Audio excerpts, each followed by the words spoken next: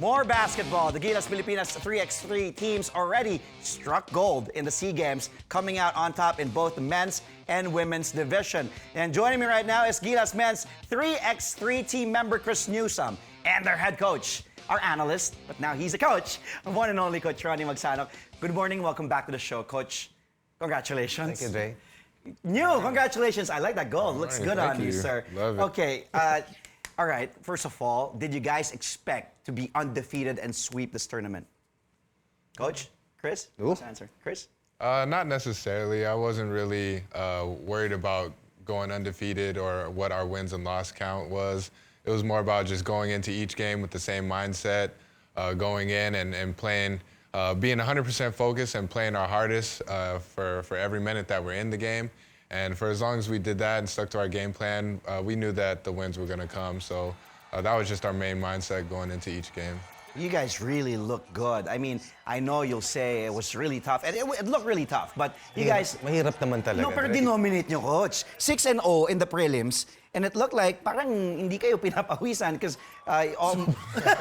no, but most Sobra pa sa pawis. No, pero I know, pero yung, di ba, yung nagte-21, yung score nyo, you guys were just really dominating your competition, Coach. But can you remind us what this team had to go through before actually competing in the SEA Games? Because I know the struggles that you told us. Let's take it from the perspective of Chris first before I talk about that.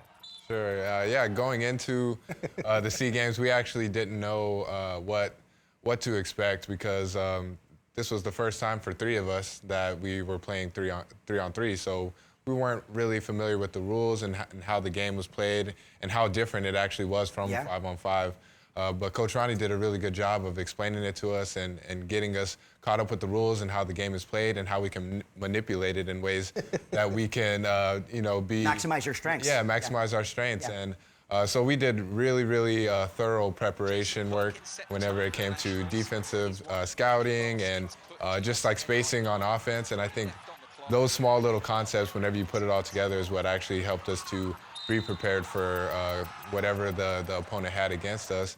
And then again, we knew what our advantages were and how we could use them. So we knew that other teams, their strength was outside shooting, so that's something that we really wanted to be focused on and take away and let them earn points in ways that they're not necessarily comfortable doing.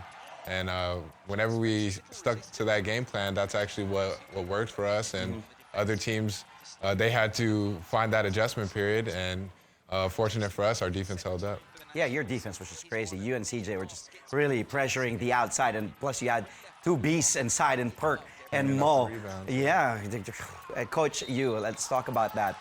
The struggles first prior to the tournament, because everyone now will look at the gold medal and the sweep that you had, but it wasn't an easy road for you guys to the gold. Not at all. I think the end result from your perspective looked easy, but to us as a member of the team and the staff, everything was really very hard in terms of preparation, in terms of time together, and even in terms of handling the tricky playing schedule during the competition because we had to play two really good teams. The first day. Make the three really good teams on the first day of competition. Yung pagiging unbeaten, end result na lang yun eh. In fact, hindi nga namin naisip eh, na nag-uusap kami. Basta ang sa amin, we had to get past Indonesia because, as I explained to them, with what we saw, Indonesia was really a very good team. And Vietnam has really bolstered its roster kasi mga ABL players yung naglalaro sa kanila. In fact, they will see action. In the 5-on-5? Yes. Because their coaches are also a part of the staff. And that was something we had to navigate first, no? Till eventually, after going through the first day, we got more confident as a unit. But then, you have to understand that even if you won the first 4 games or day 1, had you lost to Malaysia, all of those investments will be gone for good. So, ang malalabanan mo is, kung hindi ka magtatap, is yung 2 versus 3 eh. Tapos pupunta sa quotient yung labanan, which we didn't want.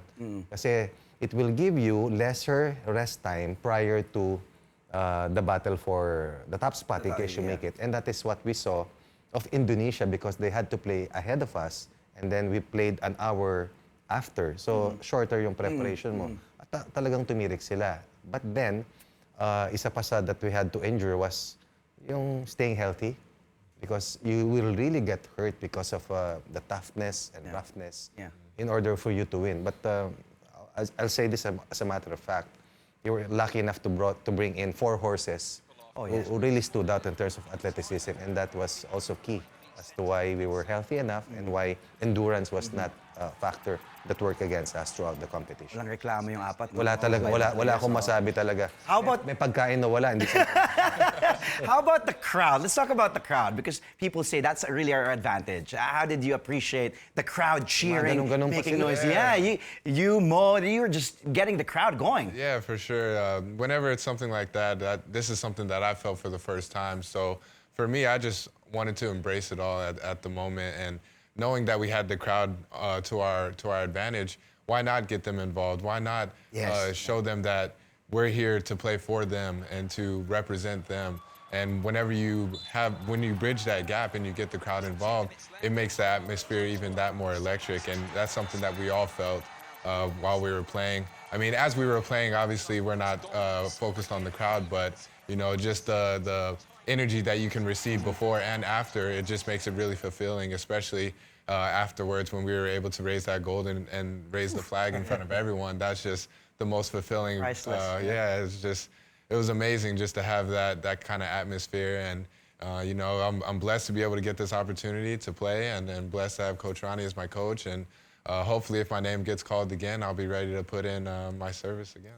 You'll do it again if I asked. definitely would do it Do again. it again. Coach, you are the Yes, 3x3 head of the country. Where do you see now, after this victory, where do you see 3x3 basketball in the Philippines moving forward? Well, I hope that this will jumpstart the awareness of our countrymen in terms of a sport that we can excel in. It's not just in the men's division that we were able to win. The women's also did their part, and it was also a milestone. We have to celebrate making history by sustaining what we were able to start. And by doing that, I think we will be helping the sport in the long run. And that will give what we were able to accomplish, what these players were able to do, a lasting impact. Now, the undertone of what can be started, what can be sustained, I think is the more essential part of winning the gold for the country. Of course, you want to be able to contribute sa medal haul, sa gold medal count. Ali, yeah. Pero yung maitutulong mo sa sport in general and for the longest time, yun ang napakahalaga. And these winners in the men's and women's division may serve as ambassadors of the sport in the years to come. And hopefully we can attract and impact the next Chris Newsome, Stanley Pringle, Christian Stanhardinger, April Bernardino for that matter. Because in doing so, I think that is a good legacy that we will leave.